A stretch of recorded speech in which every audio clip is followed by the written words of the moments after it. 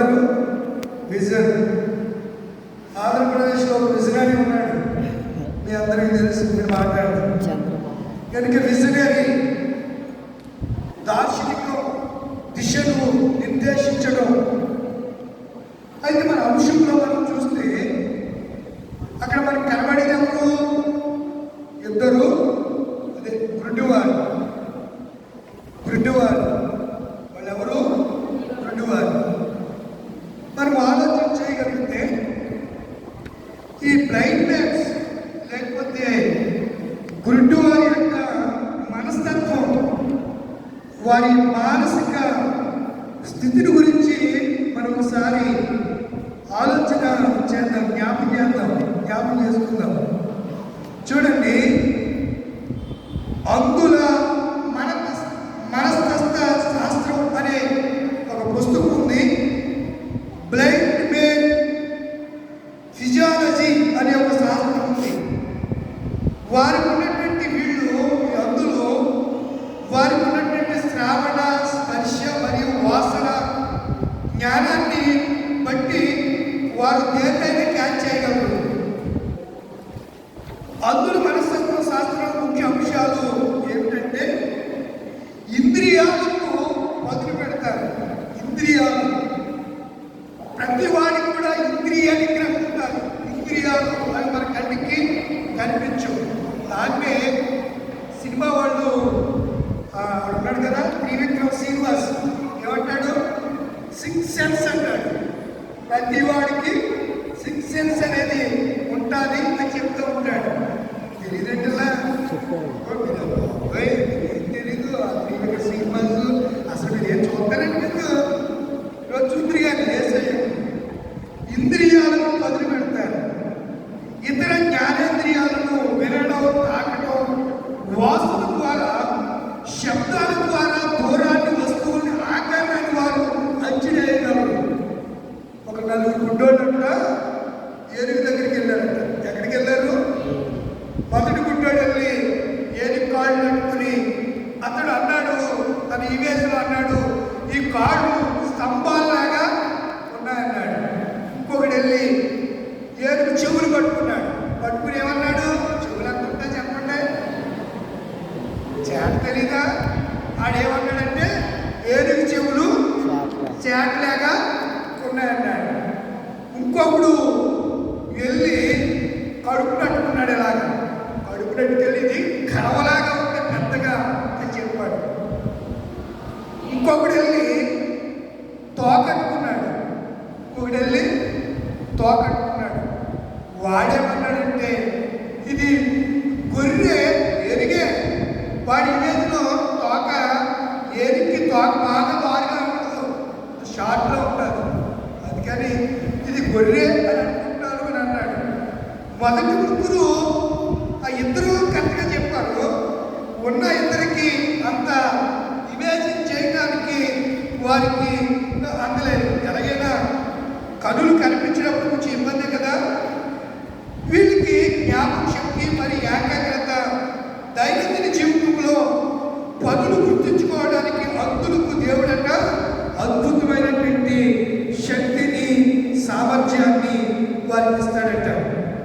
కనుక ప్రియమైనటువంటి దేవుని పిల్లలారా, వారు కళలు మరియు కళల ద్వారానే కొన్ని విషయాన్ని వారు అంచనా వేస్తారు. పుట్టుకతో అందులైనా వారు కళలో శబ్దాలు, వాసనలు మరియు స్పర్శ అనుభూతులు ఎక్కువగా పొందుతారు. చిన్నతనంలో చూపు ఉండి పోగొట్టుకున్న వారు దృశ్య రూపంలో వారు ఇమేజ్ చేసుకుంటూ ఉంటారు. ఓహో, మనం చెప్తూ ఉండగానే ఓ ఇలా ఉంటుందా అని వాళ్ళు ఐడెంటిఫై చేస్తారు. వారి మానసిక స్థితి అద్భుతం అన్నాడు ఆయన. ఒక కవి అంటాడు, వాడి మానసిక స్థితి ఏఐ కంటే, ఏ అంటే ఆర్టిఫిషియల్ ఇంటెలిజెన్స్ వ్యవస్థ కంటే చాలా షార్ప్గా పనిచేస్తుందని చెప్పాడు.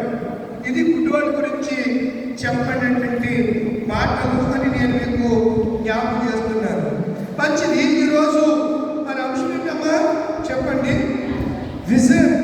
ఏంటి విజన్? ఈ విజన్ గురించి మనము ఆలోచన చేయగలిగితే అద్భుతమైనటువంటి సంగతులు సంగతులు పరిశుద్ధ గ్రంథంలో వ్రాయబడ్డాయి. అంటే దేవుడు తన ఉద్దేశాలు, ప్రణాళికలు లేదా హెచ్చరికలు ప్రవక్తలు మరియు భక్తులు ఆంత్రియాల ద్వారా కళలు లేదా మేల్కొన్నప్పుడు తెలియజేసే విధానం ఇది. మార్గనిర్దేశం, ఆధ్యాత్మిక అవగాహన మరియు భవిష్యత్తు గురించి ఈ విషయం తెలియజేస్తుంటారు. దర్శనము లేని చోట జనులు ఏమైపోతారు చెప్పండి? నశించిపోతారు. సామెతల గ్రంథం 29:18 సామెతలు 29:18 దైవోక్తి లేని ఎడల, దర్శనము లేని ఎడల ఏం చేస్తారంట? పట్టులే. చాలా మందికి నేటి దినాల్లో దర్శనము లేదు, సేవ పిలుపు లేదు, మోకాళ్ళు అరుపు లేదు. రాత్రి పాఠానికి కంటిన్యూ సేవ పిలుపు ఏముండాలి? పిలుపు ఉండాలి, దర్శనం ఉండాలి. దర్శనం ఉండాలి. మా ఊర్లో ఏముండేది, మాట్లాడితే బాబా రాత్రి కళ వచ్చింది బాబా, కళ్ళమ్మని పేరు పెట్టారు. అమ్మకి ఏం పేరు? ఏసేపు కూడా వాళ్ళమ్మని పేరు పెట్టారు. ఏమని? కళలు కనువాడు వస్తున్నాడు, కళలు కనువాడు వస్తున్నాడు, ఏ కళ చెప్తాడు అని చెప్పి తన తమ్ముడిని మిగతా వాళ్ళు ఏం చేసేవారు? హేళన చేసేవారు. కళ వేరు, దర్శనము వేరు. రెండుకి చాలా వ్యత్యాసం ఉంది. దర్శనం అనేది మనకు మెలుకుని ఉండగానే మనము దానిని పొందుతాం. కళ అనేది నిద్రపోతుండగా కళలో మనం కొన్ని దృశ్యాలు చూస్తూ ఉంటాం. కొన్ని విషయాలు మనం ఇంటిని ఎవరో వచ్చి మనతో మాట్లాడినట్టుగా అనిపిస్తూ ఉంటాయి. మీకు ఆదికాండము 20వ అధ్యాయంలో ఒక అద్భుతమైనటువంటి ఘట్టం ఆవిష్కరించబడింది. ఆదికాండము 20వ అధ్యాయం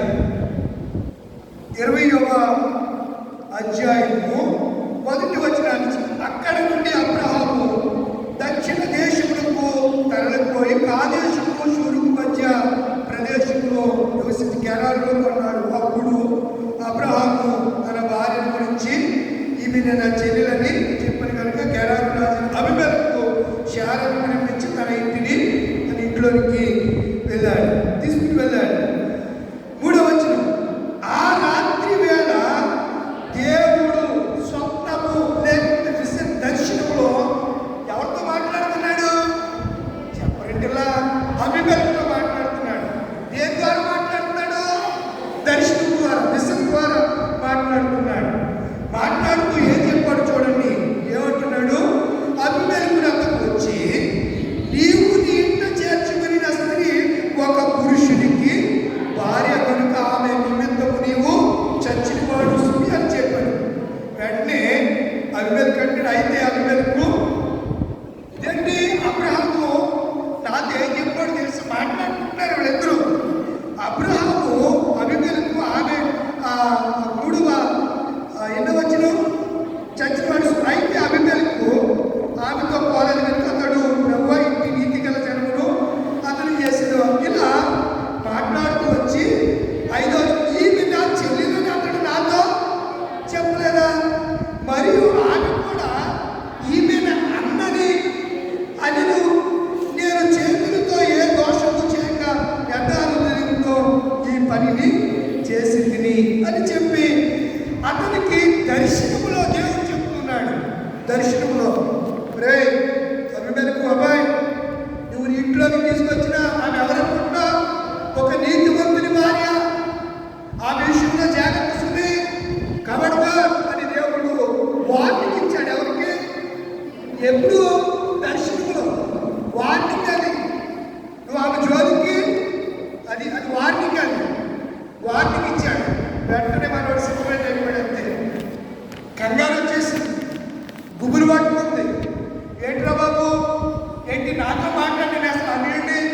దేవుడు అంటే ఎవడో నాకు తెలీదు, ఈ విజన్ ఏంటి, ఈ దర్శనం ఏంటి అని కలవరపాటుకు కగ్గురుపాటుకు గురై వెంటనే అబ్రహాము పిలిచి, నాయన ఇంకో నమస్కారం, నీ ఆవిడ తీసుకెళ్ళి మీ ఇంట్లోనే పెట్టుకొని చెప్పి మళ్ళీ ఏం చెప్పాడు తెలుసా? ఆ ఊళ్ళో అందరిని పిలిచి, ఒరే మీరు ఎవరన్నా ఆమె జోలి జోలికి వెళ్ళారంటే మీకు కూడుంది, మీకు బాగోదు అని హెచ్చరించాడు. అక్కడ మీరు అధ్యాయంలో చదివితే ఆ విషయాలు బాగుగా మీకు అర్థమవుతాయి. అయితే ఇందాక మీరు కేంద్రం చదివారు, నీ వెలుగును నీ సత్యమును నాకు ఎవరంటున్నారు? దావీదు. ఏ కావాలి దావీదుకి? వెలుగు కావాలి. రెండవది సత్యము, అంటే నీ దర్శన వాక్యము నాకు కావాలి. నెంబర్ 1. రెండవది సత్యము, నీ వాక్యము నాకు కావాలి. మీకు ఒక మాట నేను జ్ఞాపకం చేయ ఇష్టపడుతూ ఉన్నాను. చూడండి,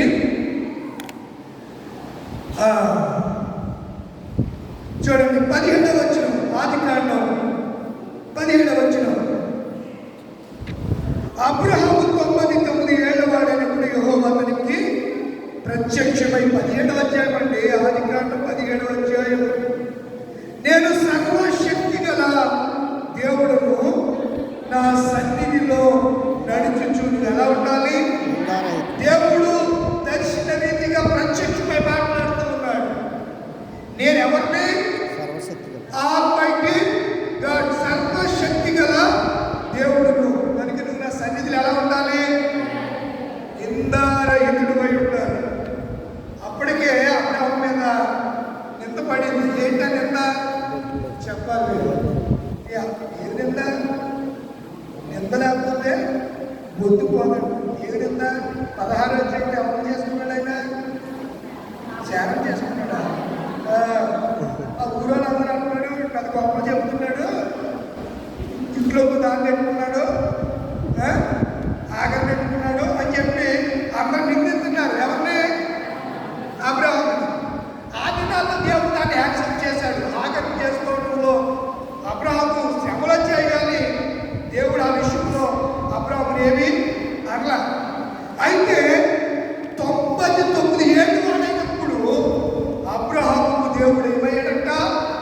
దర్శన రీతిగా ప్రత్యక్షమయ్యి ఏం చెప్పాడంట? నేను సర్వశక్తి కలిగిన దేవుడిని, నీ మీద నిందుతాపై నిందను తొలగించుకోవడానికి నువ్వు ఎలా ఉండాలి? నిందారహితుడిగా, నిందలేని వాడిగా నువ్వు ఉండాలని చెప్పి దేవుడు అబ్రహాముతో మాట్లాడు. ప్రియమైన దైవ జనాంగమా, దేవుని ప్రజల 1992 మార్చి 20వ తారీఖు PW గ్రౌండ్లో, 1992 మార్చి 22 PW గ్రౌండ్లో విజయవాడలో డాక్టర్ DGS దినకరన్ గారు సభలు పెట్టారు. ఆ దినాల్లో ఆయన సభలంటే విస్తారమైనటువంటి ప్రజలు గ్యాదరింగ్, ఇసుకే రాలనేటువంటి ప్రజలు. అక్కడ సెంట్ అసరయ్య స్కూల్ అనేది ఉంది PW గ్రౌండ్ ప్రక్కనే. ఆ స్కూల్ కాంపౌండ్ సరిపాల. PW గ్రౌండ్ అంటే చాలా పెద్ద గ్రౌండ్, విజయవాడకి నడిపట్టు ఉంటారు, తెలుసా మీకు? ఆ గ్రౌండ్లో మీటింగ్స్. అప్పుడు నా వయసు 15 సంవత్సరాలు. నేను అప్పుడు మా అక్క నేను ఆ సభలకు వెళ్ళాము. ఆయన అప్పటికి గుంటూరులో బ్యాంక్ మేనేజర్గా, గుంటూరులో మన ఆంధ్ర రాష్ట్రంలో సిండికేట్ బ్యాంక్ మేనేజర్గా ఆయన పనిచేస్తున్నారు.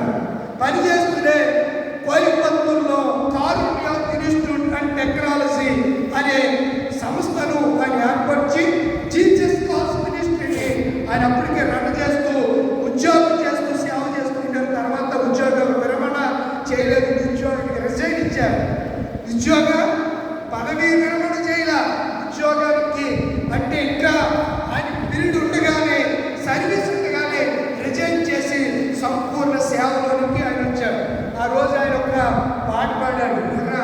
ఒకసారి కల్వారి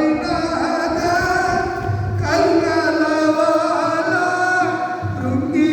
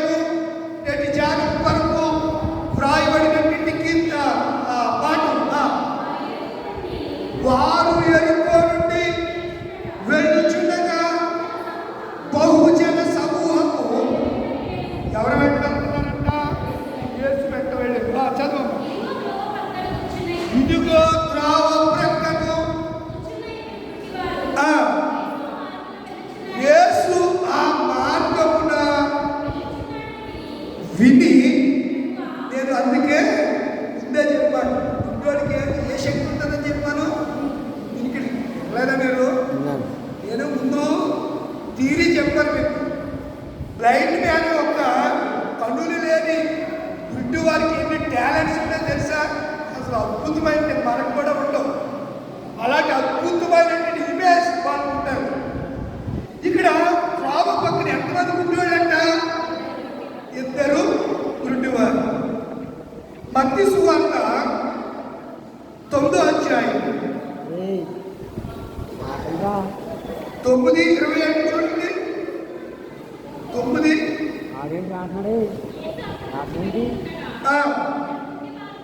2 గుడ్డివారు. మీరు ఎక్కడ చదివారు? 20లో చదివారు. మత్తయి సువార్తే పట్టుకొని వాక్యాలు, రాసుకొని వాక్యాలు.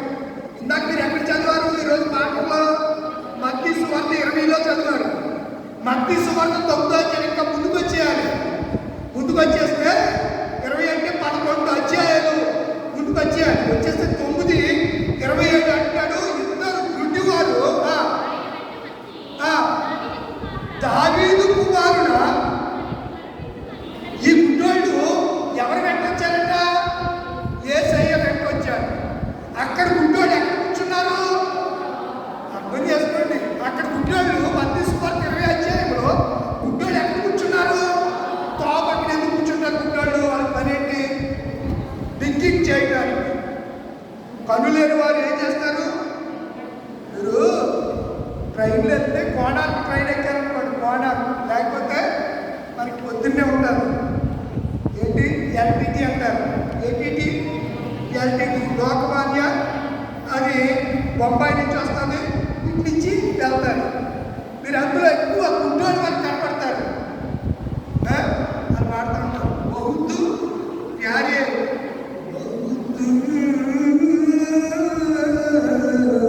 ఆ పాటలో ఆయన వేరే క్రైస్తవ సాహిత్యంలో కూడా రాశాడు. ఆయన ఒక ఆయన జ్ఞాపకాలు ఎక్కువ పాట పాడతారు.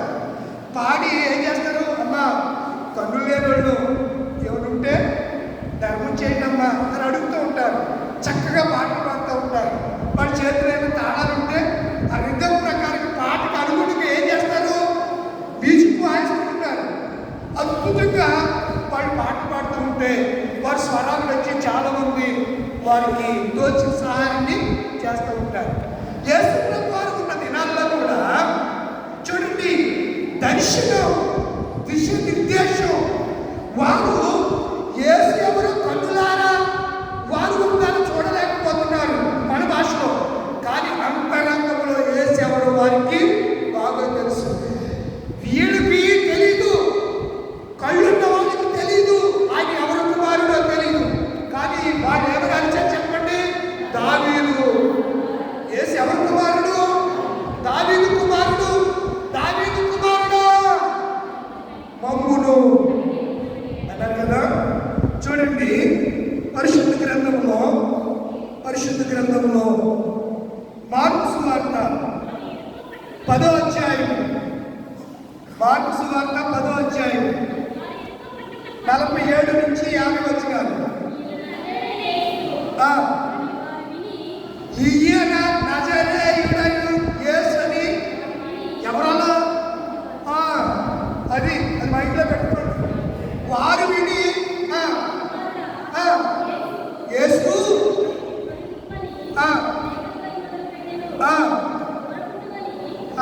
వాళ్ళకి ఏం చేస్తుంటే ఊరుకోండి గుడ్డాడా, గుడ్డాడా నీకు ఏం కనబడుతుంది ఊరుకో అని చెప్పి ఊరకుండమని జనులు ఏం చేస్తారంట? గద్దించింది. కానీ వాడు అక్కడ ఒక్కడని రాశారు. అక్కడ ఒక గుడ్డోడు ఉన్నాడు, 2 గుడ్డోళ్ళు కనబడతారు మీకు మార్కు సువార్తలో. మీరు మత్తయి సువార్తలోను అలాగే మత్తయి సువార్త 9వ అధ్యాయంలోను ఎంత గుడ్డోళ్ళు చూసాం. వాళ్ళు అక్కడ ఏ పట్టణంలో గుడ్డోళ్ళు? ఎరుకో పట్టణంలో గుడ్డోళ్ళు. వాళ్ళు ఏ పట్టణంలో గుడ్డోళ్ళు? అంటే గుడ్డోళ్ళు ప్రతి ఊర్లో ఉంటారు కదా. ఆయన ఏ ఊరు వెళ్ళినా అక్కడ గుడ్డోళ్ళు. అంటే 4 సువార్తికులు ఒకడు గుడ్డోడు గురించి రాస్తే ఇంకో సువార్తికుడు 2 గుడ్డివారి గురించి రాశారు. అంతే తేడా. కానీ గుడ్డోళ్ళు ప్రతి చోట ఉంటారు, చెవిటోళ్ళు ప్రతి వీళ్ళందరూ ఎక్కడికి వెళ్ళినా ఉంటారు. ఇలాంటి పరిస్థితుల్లో ఈరోజు మన జ్ఞానాంశాన్ని మనం చూస్తే వారు దారి ప్రక్కన కూర్చున్న గుడ్డివారు. ఎవరు? మత్తయి సువార్త 20వ అధ్యాయంలో ఉన్నటువంటి గుడ్డివారు ఇద్దరు కూడా దారి ప్రక్కన, త్రోవ ప్రక్కన కూర్చుండి. ఇప్పుడు గుడ్డోడు అనుకుంటూ ఉంటాడు. ఎదరేం వేసుకుంటాడు చెప్పండి, చెప్పండి. ఇలా వేసుకుంటే అడుగుని వాడు ఏం చేస్తాడు? ఏదో బట్ట వేసుకుని వేసుకుంటాడు. ఒక ఎండ ఉందనుకోండి, నెత్తి మీద ఇలా ముసుగేసుకుంటాడు. ముసుగేసుకుని ఇలా అడుక్కుంటూ ఉంటాడు. ఇలా అడుక్కుంటూ ఉంటాడు. యేసు ఎప్పుడైతే పిలిచాడో వాడు ఈ డబ్బులు పట్టను ఏం చేశాడు? అలా విసిరేసాడు. అంతే విసిరేసి అరవటం ప్రారంభించాడు. యేసుని పిలుస్తున్నాడు అని అంటే మనం అయితే ఏం చేద్దాం? డబ్బులన్నీ జాగ్రత్తగా మూట పెట్టుకొని అవి పట్టుకుని వస్తాం. ఇంకా అతను ఏవో ఆలోచించరా. ఏం చేశాడు? వాడు వెంటనే దాన్ని విసిరేసి యేసు దగ్గరికి పరిగెత్తి మొదలు పెట్టాడు. యేసై గెలిచిపోయాడు. వారి మాటలకి ఆగిపోయాడు. వెళితే జరిగిన అద్భుతం వెనకలు ఏంటంటే వారు కన్నులను ఆయన నిన్నే